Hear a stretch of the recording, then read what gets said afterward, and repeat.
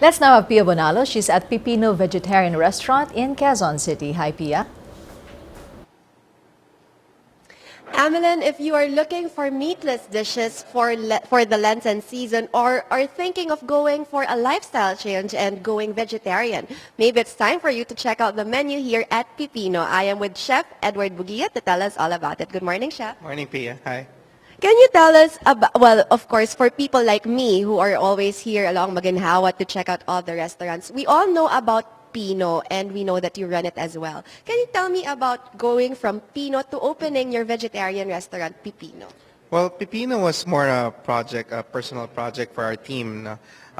The then fiance, who is now the wife of my business partner, Alessa, is vegetarian. So when this space opened up, we figured, hey, you know what? Let's make a vegetarian restaurant so that you wouldn't have a hard time anymore finding like restaurants to eat in with us. Sabi namin, oh, sige, let's make one that we can all eat in and something we can run and offer to other people too. Because people, when they think of vegetarian food, they think of merely, probably, for me at least, I think of lettuce and carrots and all those boring food that you could have. What do you offer here in Pipino?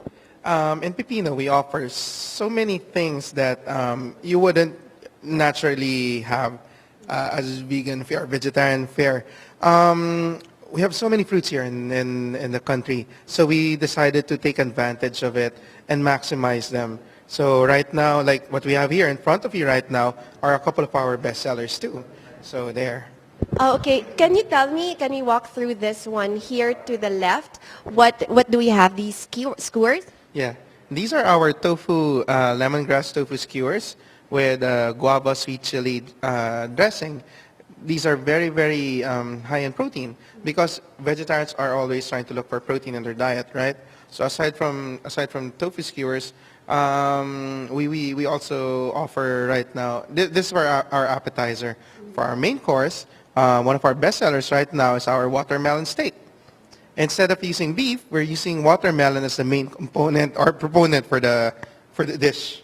Very interesting to me because watermelon isn't something you would think of as steak, and then here it's presented to you just like a steak would be. So can you tell me what flavors could actually go into a watermelon?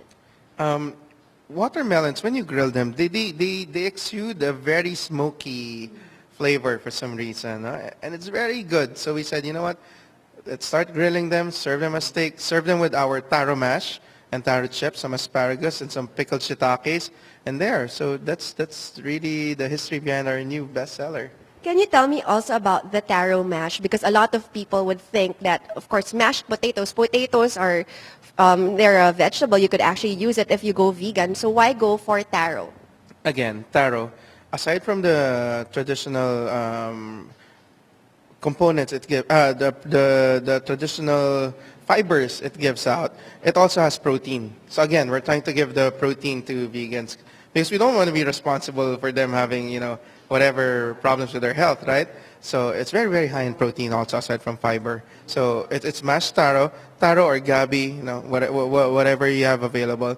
And then you just flavor it as you usually flavor your mashed potatoes. Sans the butter and the milk, because we're not only a vegetarian restaurant, we're a vegan restaurant too. So, yeah. Can you tell me about the difference between being vegan and vegetarian? Why not use butter and milk in your dishes? Okay, it's a good question.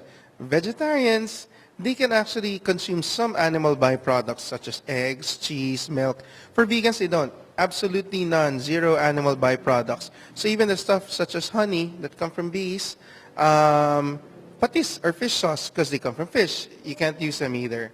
So that's a main difference. All right, and I also want to say these taro chips are to die for. Whenever I taste it, I feel like it's made especially for me, so I'm quite excited to take a bite of those.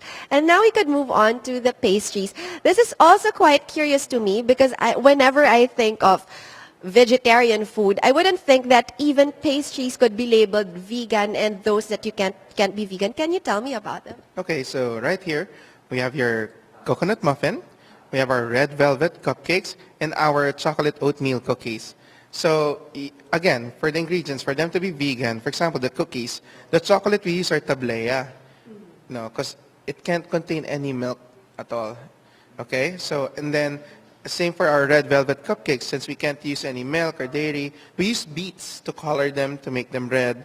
So there, these are really good bestsellers. Are really bestsellers from Pipino because a lot of people come here just to take them out. Usually, aside from eating them here. Wow, I'm sure a lot of people out there are very curious to try all the food that you have on the menu here in Pipino. Please do invite everyone to come to your restaurant.